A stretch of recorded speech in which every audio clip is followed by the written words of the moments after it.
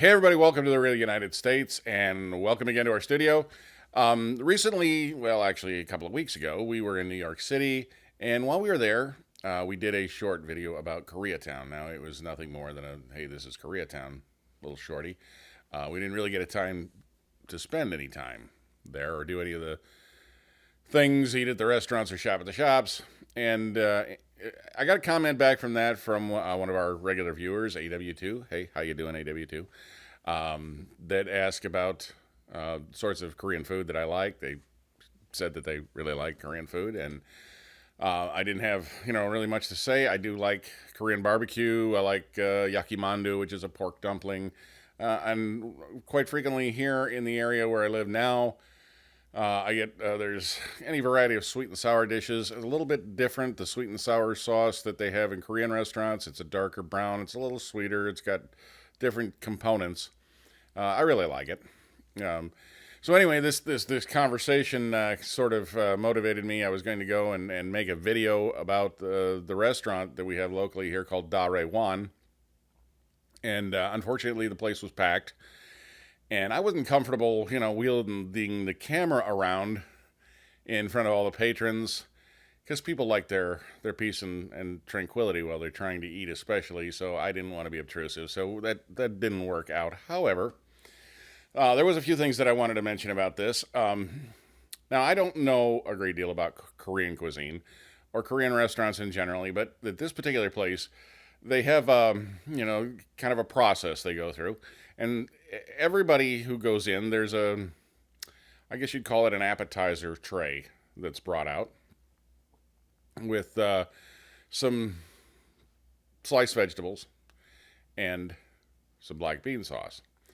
There's a marinated daikon radish, a white onion, and some pickled daikon. Now, I picked one of these up today, and I'll explain where in a minute. And you'll have to excuse me, I'm illiterate. I can't read that, but I do know that that is a pickled daikon. And this is really nice. Daikon is a big white radish. It's much milder than the red radishes we're used to here in the United States in the West. And the pickled one is, well, very different from the raw ones, obviously. They put a certain amount of sweetness in this when they pickle it. And you slice this in little 3/16-inch thick slices. And you serve that on the platter with the other constituent components, and you can dip that in the black bean sauce. And it's a nice little thing to set your palate up for the meal. So they have this course, if you will, before the main course to set your palate up. And then, of course, I had the sweet and sour beef this time. Very, very nice. It's kind of got a light batter on it, like a tempura. It's fried, and then the sweet and sour sauce with the pineapple and carrots and onions and all. It's very cool. Very nice. But after the meal, again, no matter what meal you order, they have a palate cleanser. And it's this stuff. I'm going to try and hold this up in such a way that the camera can see that. I hope you can see that okay. And that is a yogurt beverage. It's a fluid though, and you keep this cold, and they serve this to you after every meal, and this helps, like say, to clear the palate. So you have something to set up the palate, and then something to clear the palate afterwards.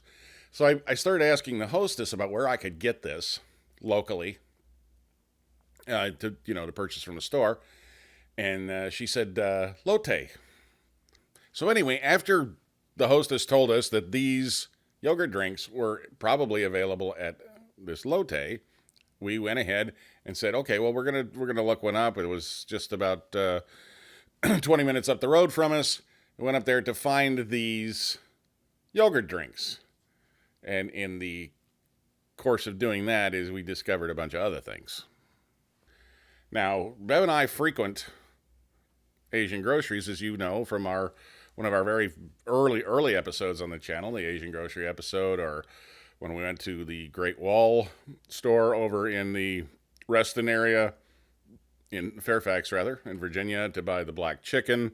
So we frequent these kinds of places. That should not be a surprise. But Lotte was a place we were not familiar with. And it turns out that it is a chain of Asian grocers, at least here in the greater metropolitan area of Washington, D.C. and up through Baltimore. Now, we took the camera, went up there, and unfortunately, they're playing commercial music all through the store very, very loudly, so I couldn't film in the store and still use it here on YouTube. And it would have been, I think, ridiculous without any kind of narration. Anyway, it didn't work out. But, that being the case, very, very glad we went. Really nice place, large, supermarket-sized, like you'd expect from, any other supermarket.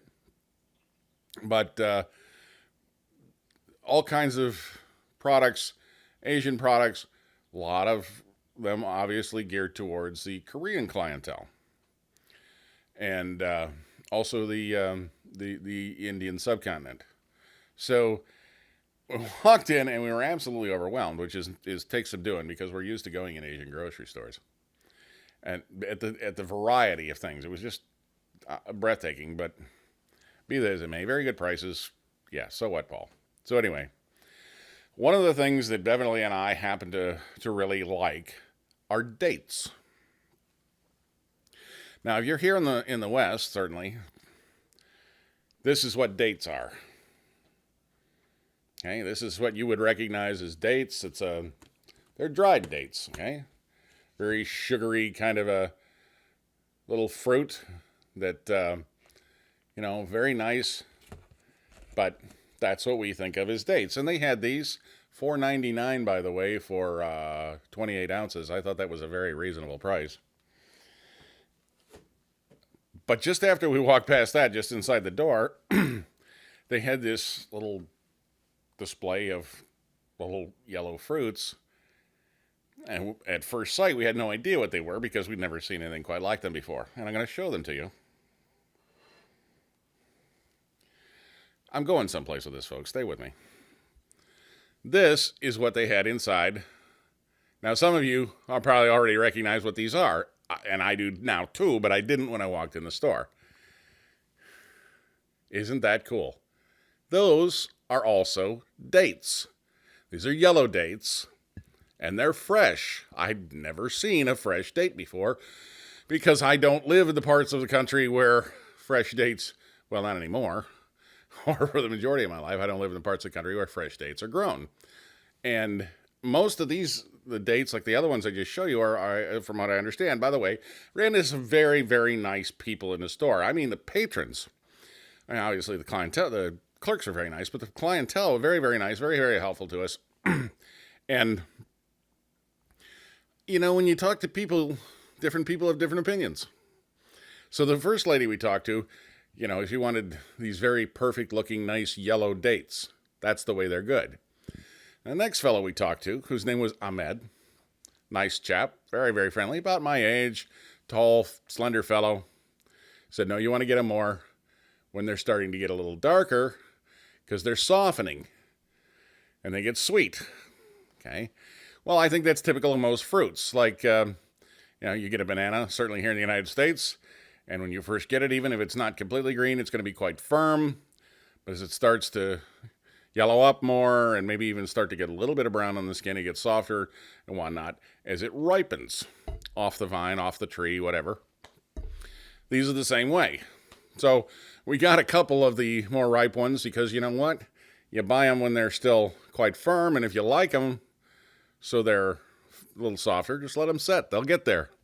And but we did try one of these, and they're firm, kind of like almost like an apple or perhaps a just barely ripe pear, but very sweet.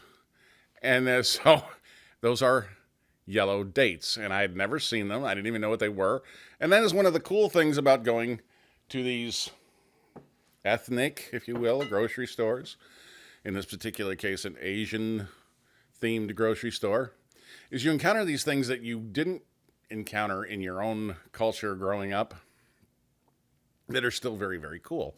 So you get to learn a lot of things. You get to experience these new flavors and things that are pretty good. So, but yes, that bad boy has a big pit in it, just like any other date that isn't pitted.